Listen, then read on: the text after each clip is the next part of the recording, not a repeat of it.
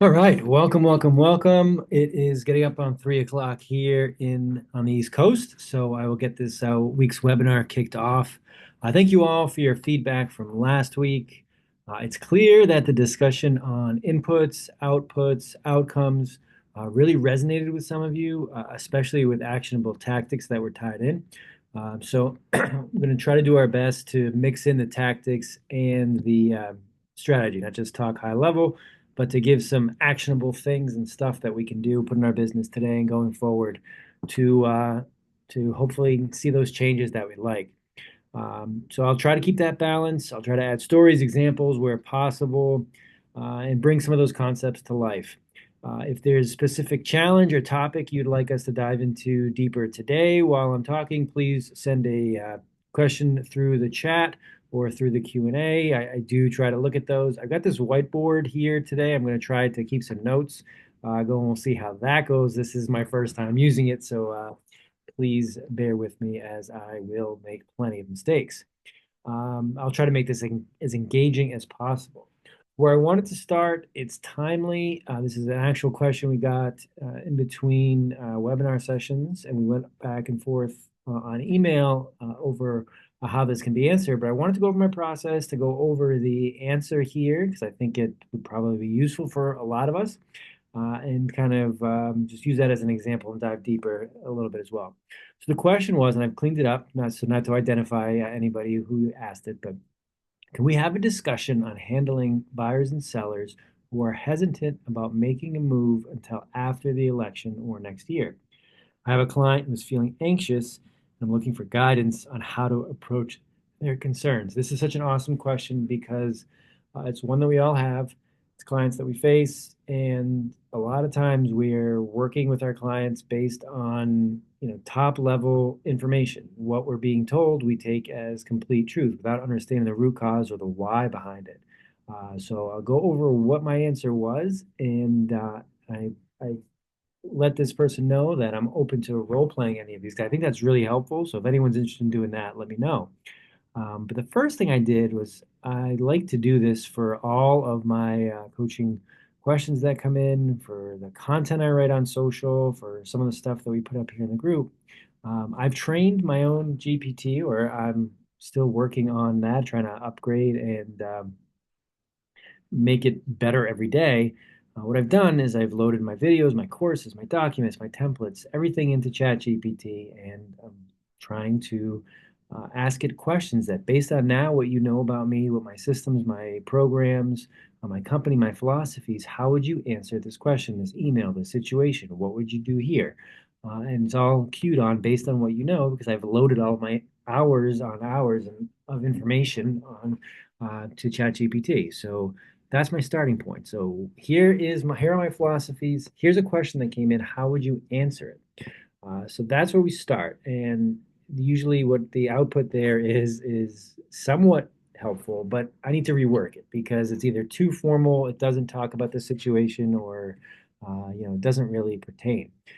But I thought the answer here was good. It still took probably anywhere from 30 to 40 minutes of editing and rework on my part.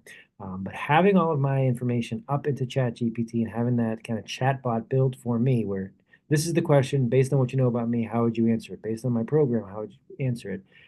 Really gave out a good answer. So number one, understanding your seller's concerns and when they're hesitant because of the market. So building empathy, validating feelings.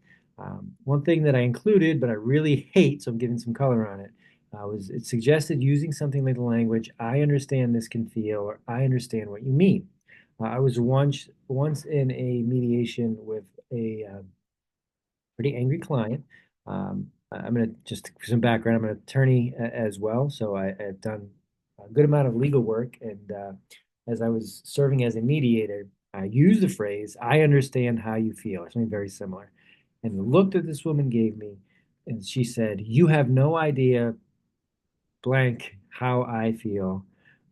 So it reminded me that, yes, I'm asking good questions. I'm trying to build empathy, but you can't just jump into someone's shoes. And truthfully, you'll never know exactly how they feel. So saying things like, I understand, or I know what you're going through, while it can seem like a good way to build empathy, be careful when you use it because you don't want to marginalize or just say, oh, yeah, I know exactly, because that's how it's heard that it's, yeah, well, I know what's going on here. This happened to a client of mine, or my sister went through this, or I get it. So validate feelings, but be careful on language because what's heard may not really move that ball forward. So actively listening is one way to do that. Asking probing follow-up thoughtful questions sometimes is all that it needs. Hearing what they're saying and asking a question based on their statement, not a standard script, not what is your favorite color, and then they're answering it instead of saying, well, I heard you say pink, how did you get there? What is your favorite color? What is your age? Just going because that's your next question in line. Listen to their answer and ask a follow-up. But do reassure them that some of the concerns that you're hearing from them are common, that these are not unique, and that they have been successfully handled in like situation. So the next step here, identifying specific concerns. This is where the clarifying questions come in to get to that root cause. I want to stress that if nothing else from today's talk, think about that. Asking clarifying questions, root cause. So what this does is gets to the whys behind what they're telling you. They might tell you, my favorite color is yellow, and you might just take that as face value. But, well, why is your favorite color yellow? Well, my son, who has moved out and we don't get to see anymore, his favorite color was yellow, so it reminds me of him. So then you have that why behind it, asking the clarifying question um, to give some color, no pun intended, to give some background as to why they're feeling what they are. So their position, yellow is my favorite color. Why? It's my son's favorite color. We don't see him enough. Okay, so you understand why behind what they're putting forward. So other questions like, are you more concerned about getting the best price? Are you concerned about finding the right buyer for this property? What motivates them? Ask them the right question. This will guide you as you address their concerns. Because using that example, yeah, are you concerned about getting the best price? Generally, they are, but people are hesitant to come across as too greedy. So asking it in a way or recouching it, because if best priced is the issue, you want to go over why what you've done marketing wise will get that best price, or is it finding the right buyer? Somebody knows and gets the finish line. Making sure that you address the right concern, and then providing that perspective. I talked about having past client stories to dive into. Use this with caution. You do not want to you do not want them to hear that this sounds like it's an Apple situation. I've had Apple situations before, so I'm going to just assume it's the same thing. People don't like to be put into buckets. People don't like to be generalized, but they like to know that they are not alone on an island when they have problems and that you can help them solve their problem. So positioning yourself as that guide who has done this before to somewhat of a similar situation. Here's where the situations were alike. Here's what I did. Here's how I got them to Z. That's the perspective that they're looking for. So that's how you build that empathy. That's the understanding their concerns, not just what they're telling you, their position or their reasoning why, but also the reason behind those positions, the why they are doing what they're doing. So let's see if I can do this here. The first part, understanding client concerns.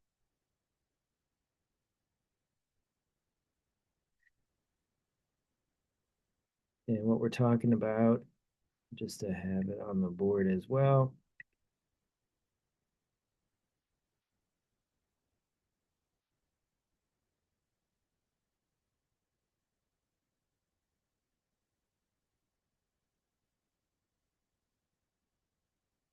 Hesitant clients.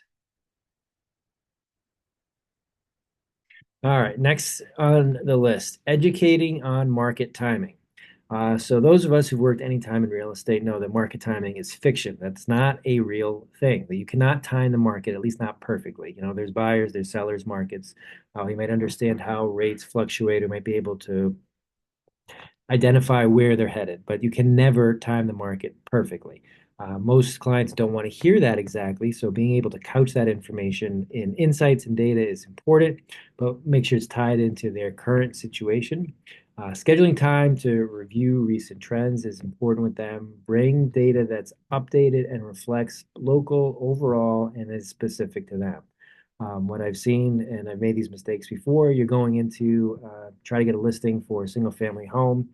You've got this beautiful looking CMA. All the properties in the CMA are condos. And as you're presenting it to them, you realize, yes, they all are within, a quarter mile. They've all sold in the last 3 months, but none of them are like this property. I didn't do the right scrub of my information to give insights that are valuable. So although the information is technically correct, it's not going to really resonate with this seller. The other thing with timing, it's a misconception. Market conditions are constantly evolving.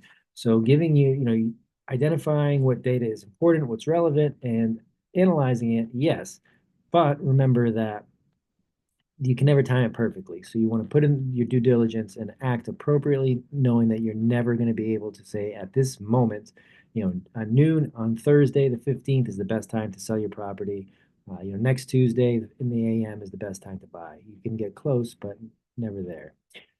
So really getting behind the why is important, and having these insights and understanding their specific concerns, asking why a couple of times.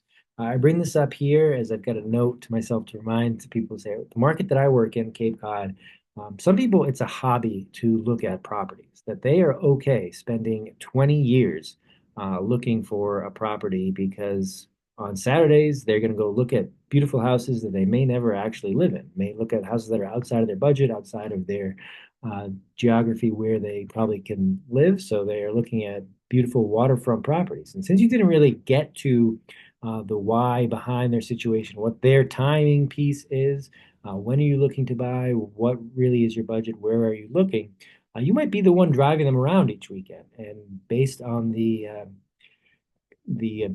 structure of compensation in real estate, you may never get paid with them. So keeping in mind that uh, with understanding that timing can never be perfect, but asking the right questions, you might get an idea of what drives their timing. And if you don't ask the right questions, you might be like me, who showed certain buyers or lookers is probably the best term, properties Saturday after Saturday after Saturday, because they like being outside in a sunny day on Cape Cod, where that's not the case. That you're working with somebody you think is ready, willing, and able. They might just be interested in looking at houses that they are never going to live in. So I'll add here, market timing. Uh,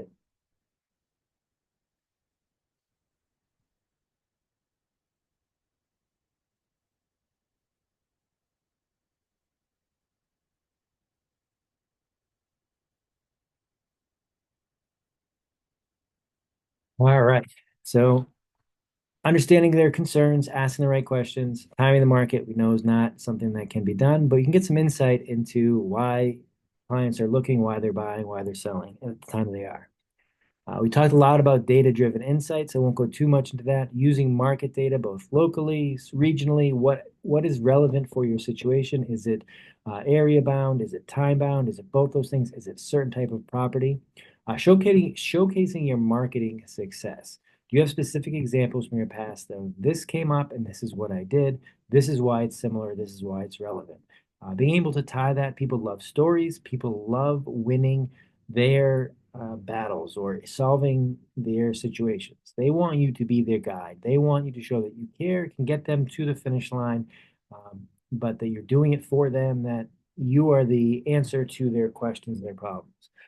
Focus on unique selling points. I like this one a lot. That we're talking about data, we're talking about generalizing, but you need to be able to be smart enough to tie it into their unique situation.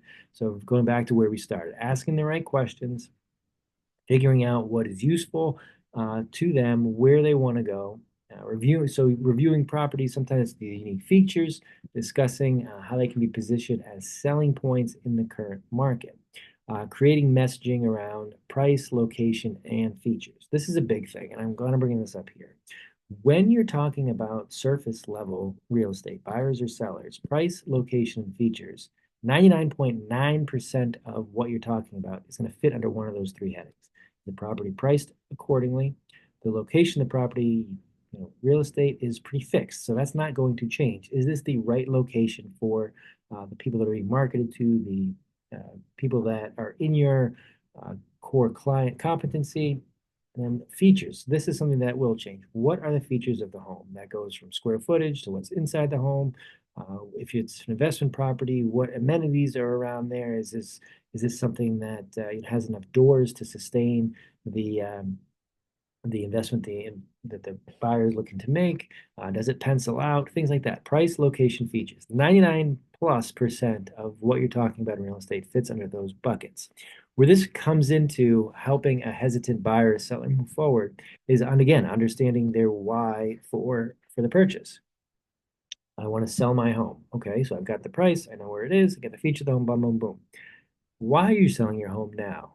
Well, we'd like to sell it now, but we really don't have any reason to sell it. We have a property that we are using as a second home that we can live in when we want. We don't have any financial constraints, so we would like to sell it, but there really isn't any reason now.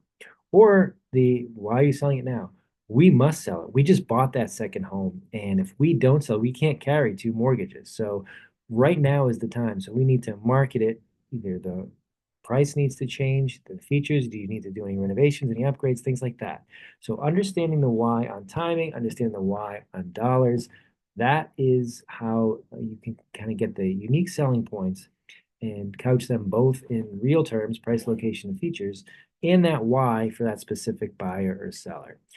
So I'm just going to put data in here and then using it both broadly and then specifically for your buyers, for the listing that you have, who your client is in front of you. And then lastly, creating a strategic plan. And I'm going to go over some of this. I've got some other information I want to cover as far as strategic plan. But what it had was a pricing strategy, property preparation, incentives for buyers, regular review, and adjustments. Those are big things. Understanding, again, the price, why we set it here, who we're targeting. Is there incentives? Is there reason to work with buyers at this point? Is it shifting to a buyer's market? And then the regular review and adjustments. This is great because this is often where people make mistakes. I'm sure you probably heard of the basic strategic planning acronym PDCA. Plan, do, check, adjust. That's pretty easy. People are really good at planning and doing. Generally, real estate, but really good at doing. So the rest of them don't work out. If you did plan, you do, but that's about it. So where we talk about review and adjustments, you check, did I hit the target that I wanted to? And if not, why not? What can I adjust in my planning, my executing to get to a different place? So as we are kind of going through this example, continuing to navigate this market we talk about with hesitant buyers and sellers, just because the election is now passed, I do not see that hesitancy just subsiding. So it's something we're probably going to come up with. So I wanted to go over the 5 steps that I use in my strategic planning, both with clients and what I do to manage projects, how I help a buyer or seller purchase or sell a property. And those 5 steps: prepare, plan, perform, review, and then lastly, remodel and repeat. Helps create a structured, actionable approach to achieve our goals and enhance our adaptability. Does the things that we talked about today. It gives you insight into your specific situation while considering data on a more bigger level, not just on that one property or that one buyer or seller. So here's the blueprint for that framework. Number 1, prepare. The objective: establish a solid foundation by identifying the objectives, the resources that are available, and the stakeholders, who they are and what their needs are. So the objectives: what do each of those stakeholders hope to achieve at the end of this process? Is there a clearly defined end? How do we know? When are we going to check it? Assess the resources that are available to you. Resources: time, energy, money. Those are the 3 big ones to think of up front and get an inventory of. Is that something that can move on? Is there something that can change? Is there a reason why we might decrease our resources? Other resources to think about: people. Who are the people involved? Is there personnel? Is there a team? Is there advertising? Is there marketing? Technology? And then is there further support for their finances? That, if this happens, we can get an additional bucket of money or additional person or more hours a week. Engaging the stakeholders. Who are they? Who are the decision makers? Identifying who the team is, both on your team, if you're selling the property for a listing, as well as husband and wife, who is the decision maker? Is it equal? If I need to ask about a showing outside of the regular window, who do I need to check with, and things like that. Your outcome there is just a clear understanding of the purpose, the resources that are available, and everyone's objectives. So establishing client needs and marketing position is important. And you do that by going back to what are the primary objectives of the folks involved. So, for instance, if the goal is to increase listings in a competitive or a down market, you want to focus on analyzing current inventory trends, buyer demand, average days on market, and then seeing in your geography, in your core client price point, which houses or which properties fit the bucket that makes sense to target or to market toward. So conduct a team-wide review. If it's just you, you're the whole team of local market reports and recent transaction data, and identify those high opportunity locations. Are they neighborhoods? Are they property types that align with your core client base? For example, assess if there's an increase in demand for single family, multifamily homes, investment properties. Prepare accordingly, because knowing the market and uh, being able to properly market who you're looking to tap into for your core clients is really essential here. All right, so we're gonna just add them all.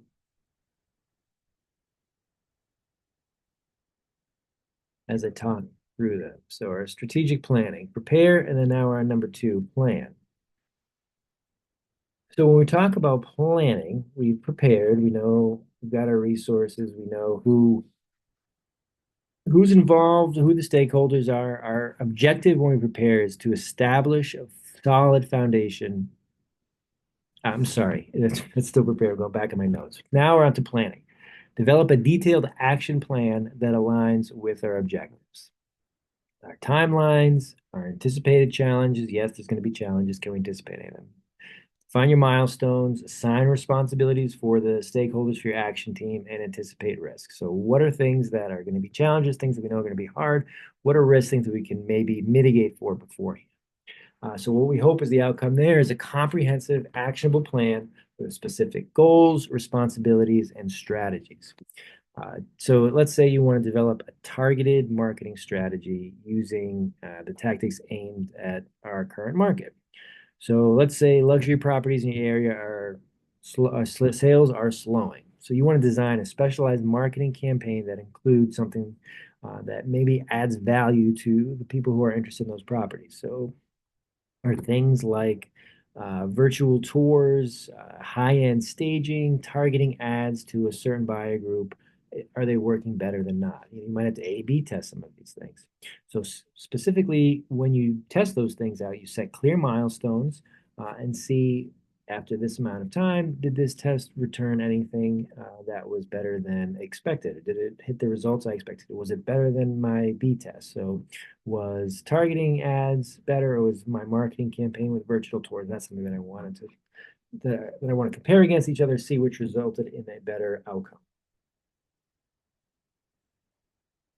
If you want to do something like gain two new listings in a specific neighborhood or a village or a town, assigning tasks to each agent before and being based on their strengths is important. So let's say social media and marketing is one agent, client outreach, and so forth, negotiation with sellers once we get to that point. Who should be the main point of contact there? Using a CRM to manage all of these things is very important to track contacts because we can have different levels. So being able to quickly flag where each contact or each client, each lead is in the process, and if there are multiple people touching it, does it make sense to everybody where we are? So that's plan. We talked about preparing. Now we're going to talk about performing. This is actual doing what we're usually pretty good at, executing our plan with a focus on consistent, high quality performance and effective communication. So we're going to talk about implementation. We're going to talk about monitoring progress, that this is not just doing it and hoping for the best, that we are going to see where we are. We're going to maintain communication. This one's really big, so I'll make sure I hit the whole point here. Hold regular status meetings to discuss progress, challenges, and necessary adjustments in real time. Generally, you never hear clients complain about over communication. So if you think you should send an email, make a phone call, send a text, yeah, you probably should. And it's about clarifying messages that it's coming out consistently and that you're saying the right things to the right people at the right time. So the outcome we're hoping for here is effective execution with accountability and ongoing process tracking. An example, let's say you're executing lead generation and client engagement. You could involve ramping up the outreach, hosting open houses, leveraging digital marketing tools, so forth. Being able to test which of those are working for the resources we talked about earlier. I'm spending this amount of dollars. Am I seeing a return of that? I'm spending this amount of time. Could somebody else's time be doing this? Could I hire somebody to do this? Could it be somebody else on my team? Is it worth the output for the outcomes that I'm getting? You want to monitor activities daily, weekly, monthly, tracking engagement, tracking metrics. And then following up things like website views, click-through rates, open house attendance, callbacks, things like that. You always want to be, ROI is a pretty common term, return on investment, but you want to know that if I'm putting this amount of dollars, this amount of time, this amount of energy into something, what can I show for it? Because you could be doing something else. At the very least, comparing, was this a good use of my time? So holding short, I like this one as well. I want to read the whole thing. Hold short regular check-in meetings to discuss progress, adjust tactics, and maintain momentum. Ensuring each agent in your team, and if it's just you, actively contributing to our goal, which are objectives here, lead gen and client engagement. All right, so went through plan, prepare, plan, perform. Now we're at review. This is where a lot of strategic planning falls off. People are really good at the performing piece, and that's kind of just it. That I've gone ahead, I thought of what I want to do, I planned, I performed, and that's about it. But the review portion, our goal is to evaluate outcomes, identify successes, and pinpoint areas for improvement. Also, you want to analyze your result, gather feedback. That's the second thing. If you get nothing else from today, gather feedback from those involved. That includes your teammates, that includes other agents, your brokers, your lawyers you work with, the mortgage broker, the property inspector, the appraiser if he'll talk to you. Gather feedback. Anybody will talk to you. I'm not saying what everybody tell you is going to be useful or accurate, but being in a place where you constantly collect this information, you'll find that you can piece it together. You'll get good at understanding who's reliable, who you should go to, what things you want to change, and just having that constant flow of communication back and forth. Again, you can never really over communicate. Um, so the outcome review here is a thorough understanding of performance outcomes, challenges faced, and areas for growth. And that sounds flowery, but the things you want to think about is here's where we hoped we were, here's where we actually ended up. Is that good? Is that better? Is that not as good? Why do we come here? How can we end at a different place or a different target if we wanted to next time? So sharing your wins. So please, please, please, if you're watching this now, if you're watching this on record, on demand, share insights from your interactions with clients on recent sales to strengthen our academy to see, hey, this worked, the situation came up, this worked for me. How would you handle it differently? That's the best way to learn kind of these role plays, these real life examples. Example I've got here, analyzing listing performance and lead conversion after a period of execution. So how long have you put your plan into place? Let's say it's 30 days. Review what's working and what isn't. If certain listings aren't receiving offers, like we've talked about kind of throughout this example, assess factors such as pricing, property conditioning, and the marketing approach. That really ties back closely to the money, location, features conversation from earlier. Similarly, if you're bringing in leads but not conversion, examine the client follow-up process that you have or the kind of lead generation to convert them from leads to actual clients and evaluate whether messaging aligns with your target. Is it consistent throughout? Is it what your core clients want to hear? Is it the outcome they're looking for? Again, I'm going to say it again, collect feedback from team members, from everybody involved on client interactions, open. This is a big one because if you are the broker, if you're not the face of the business, if you're not the one interacting with the clients, talk to them daily. You can't overly talk to them. Find out what's going on. They're the ones doing the work. Get that information, implement into their business, into your business, make those changes. Use this data to identify trends. Stay ahead of what's coming next by talking to the people who are doing the work every day. Last piece here, remodel and repeat. It's 2 words, but I keep them as one bullet because we do it together.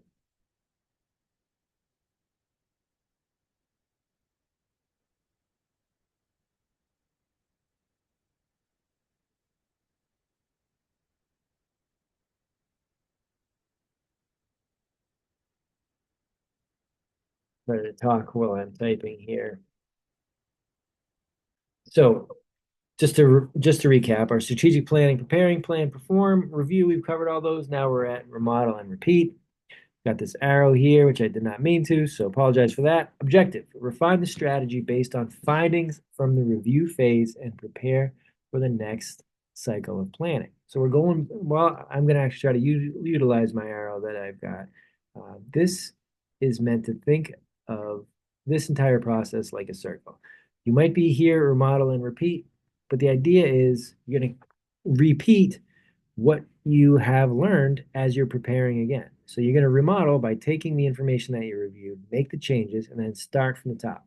The preparing and planning might go by much quicker because you might not be making a lot of changes, but you're probably going to need to change something because the timing is different, the who might be different, the resources, the money might be different.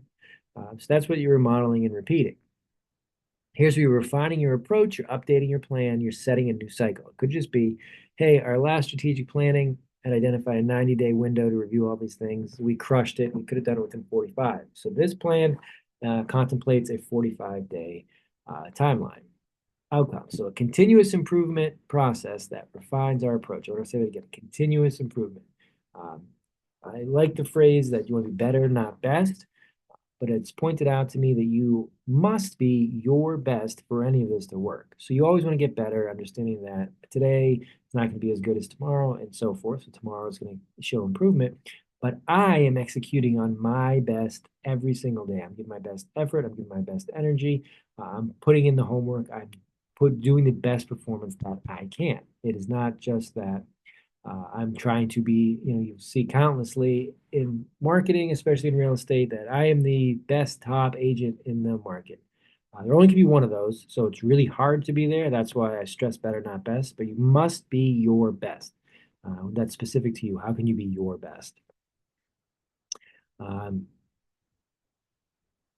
with the continuous improvement, you're basing on insights from the review phase. So, what did you learn? Make adjustments to your strategy. For example, if luxury listings showed better performance with things like that enhanced digital staging, integrate this as a standard practice for high-end properties. So, if you've got a listing that is in excess of $1 million, you use the enhanced digital staging. You realize that you got 10% over asking because of the feedback that you got from prospective buyers saying the digital staging really helped them envision them living there. It looked like their prior vacation home. It looked like their prior luxurious home. This might become a standard practice. That's a good one, looking at high-end properties to make this kind of real. Or follow-ups on leads have been slow, consider adopting automation tools for better management and consistent follow-ups. So this very specific to your lead generation cycle would um, automation tools help. Sometimes just having a bot text or email, it's not going to help because the group of clients you're sending it to, they know it's not a real human or it's not the kind of value contact that kind of drives that relationship forward. So you want to make sure that is something that's useful is put into place. Incorporate new tactics that proved effective, establishing checkpoints with your team to align on your new goals and ensure that everyone is equipped with the right tools for the upcoming cycle. So that's the big thing on strategic planning. I was going a little bit longer on this than I had planned, but I do think it's valuable to thinking about it. So big things that we talked about: over communication, not really a thing. So communicate, communicate, communicate, multiple channels, multiple times. It might sound redundant, it might be repetitive to you, but generally your audience, your clients, your team, the other professionals you're working with to close a deal, mortgage broker, the attorney, the other agent, the inspector, again, they will appreciate you repeating your message, making sure everybody's on the same page, and uh, you being the driver of that communication. So feedback goes hand in hand with communication. Asking questions. So of the people involved, did this uh, go the way you hoped it? Was it an experience that was pleasant? What would you like changed? What were you hoping was an outcome that was something that you accomplished? What was something you're hoping that did not? Constantly being open to that feedback, not taking it personal. It's really easy to say, well, that's not my fault, or that's something I can do. No, can't do anything about that, or that's stupid. You're just shutting down people when you kind of go into that. You got to have kind of a thick skin when you're asking for feedback. You're looking for those useful nuggets. You're going to hear a lot of, for lack of a better term, crap that's not going to be useful. That might be personal attacks. Uh, thank you for taking the time to reply, respond. Take the useful information and run with it. Review it, remodel it, and build it into your strategic planning process. I'll just highlight the 5 steps again as we're going to wrap up. Preparing, planning, perform, review, remodel, and repeat. One easy way to one way to think about each one: preparing, get all the stuff together that you need to run with a strategic plan.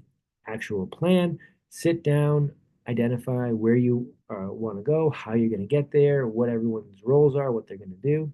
Perform, actually do the stuff you plan to do. Review, where did you end up? Is this where you wanted to be? Are you happy with where you landed? And then remodel and repeat. What didn't work out the way you hoped to? What was something you could not have known beforehand, but you know now? You're going to change for next time. And then repeat. Start from the beginning. So that's, I will check one last time. No questions. Looks like they've come in today. So I will wrap it up here. Next week, we are going to go to our roundtable model for this call. So 3 o'clock next Thursday, the 14th, will be a roundtable. It will not be recorded. Come bring questions. It'll be kind of a sharing of best practices. It's very informal. I will, of course, post the record webinar from today along with some clips and along with next week's roundtable. We're going to just rotate each week going forward. So webinar every 2 weeks, roundtable each 2 weeks. Please let me know what you are finding valuable in this academy, what you don't like, what is annoying, what could be better. I'm here for it all. So I'm Mike Silitro. Thank you for watching this today and look forward to next time. Take care.